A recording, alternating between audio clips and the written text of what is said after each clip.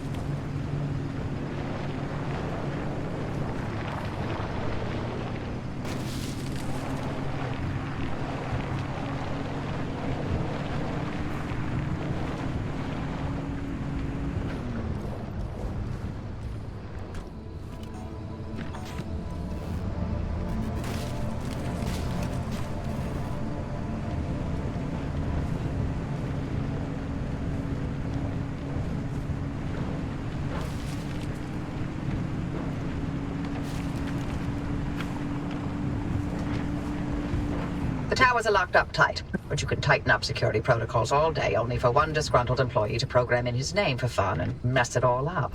Anyway, the overload code is 4735. Find that stabilizer map and scan it for me. Oh boy. I was assigned to clean these towers out every time the guards rotated. And things I saw. Let's just say that keeping a watch on Sierra day in and day out did not make for a good time. I didn't envy those guards one bit.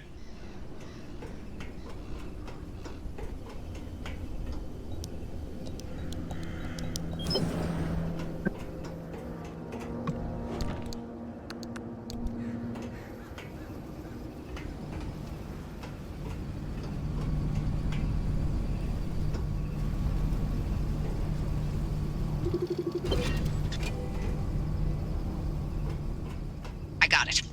I'm overlaying the map with the available routes near you. There you go. Found 3 sector stabilizers that'll do the job. They're not too far, so I've added the location to your route. The access road will lead you straight there once you're ready.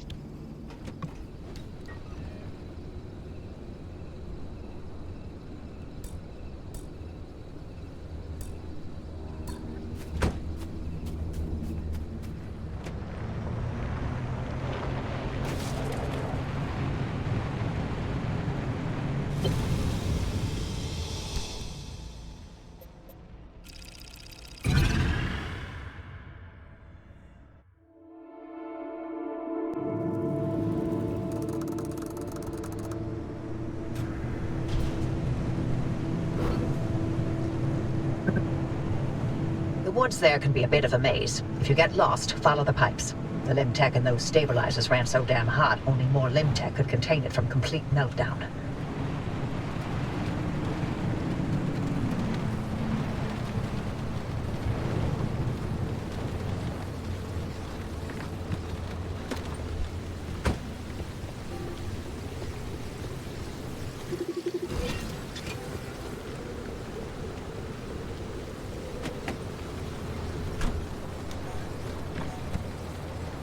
It's my turn to give you an explanation about the mass hallucination event that Tobias and Francis were going on about.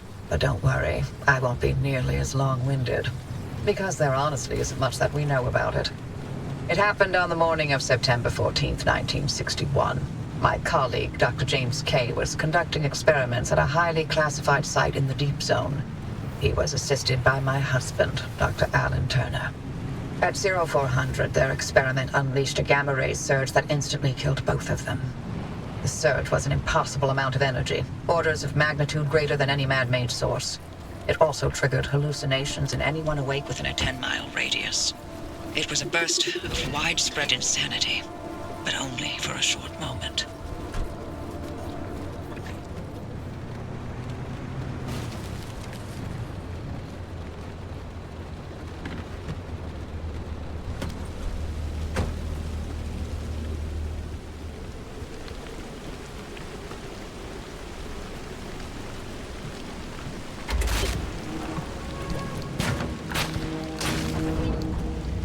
You know, 30 seconds of hallucinations sure didn't feel short when I was free-falling through outer space. Heck of a ride, though. Did you know the rings of Saturn sing? I saw disembodied arms. Tons of them. They were grasping and crawling. And, what about you, Oppie? What did you see? I saw nothing. How is that possible? Everybody else saw something. Must have passed me by. I don't know what to tell you. But were you working in your lab that night? And weren't you supposed to be doing your research rather than keeping track of my whereabouts? Okay. Wow. Touchy.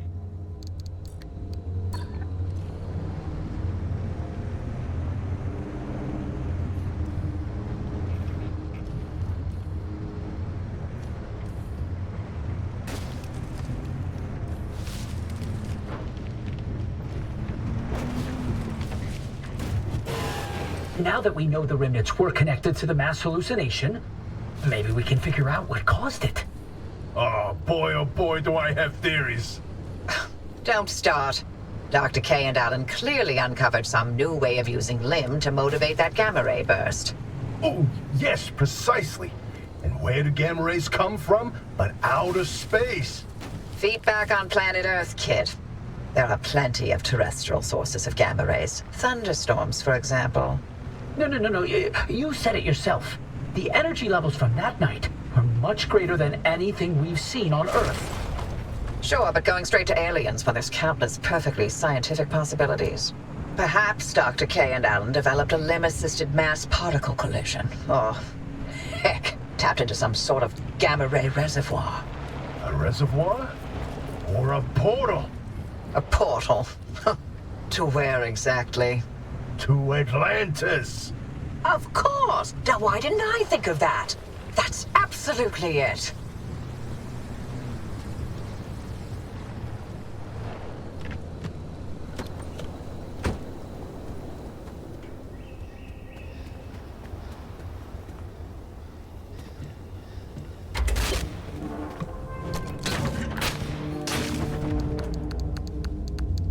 Hey, Oppie, you've never cared about any of the zone's stories and superstitions.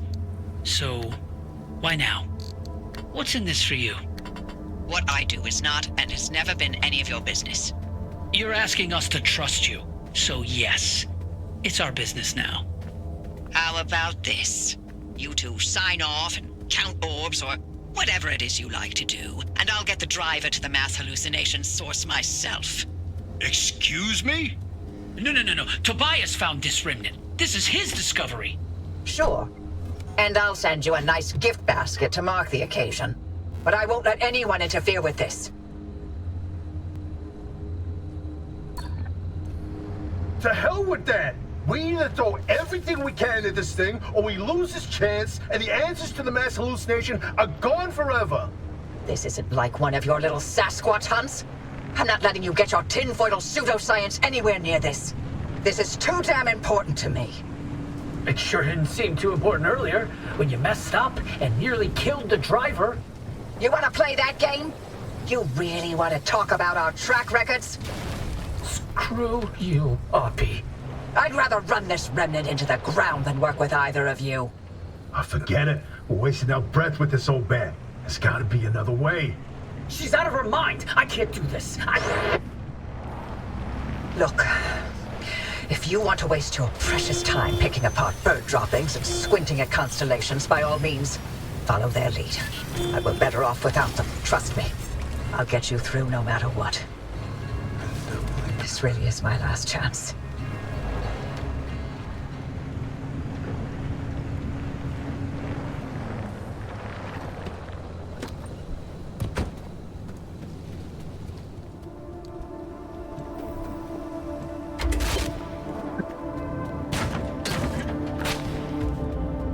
All right, we're in business. The stabilizers are coming online, and the way looks clear, but I'm also getting spikes. The stability in your region is tanking. Get out of there. Fast!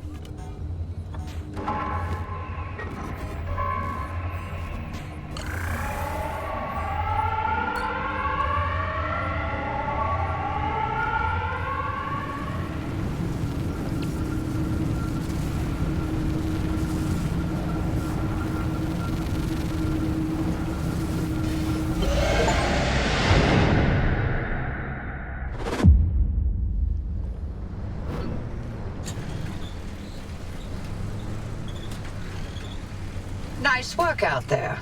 The sector stabilizers are fully operational. You've got a straight shot toward the expansion wall. One more thing. You may want to consider armoring up a bit. Once you cross that wall, the mid-zone is another beast altogether.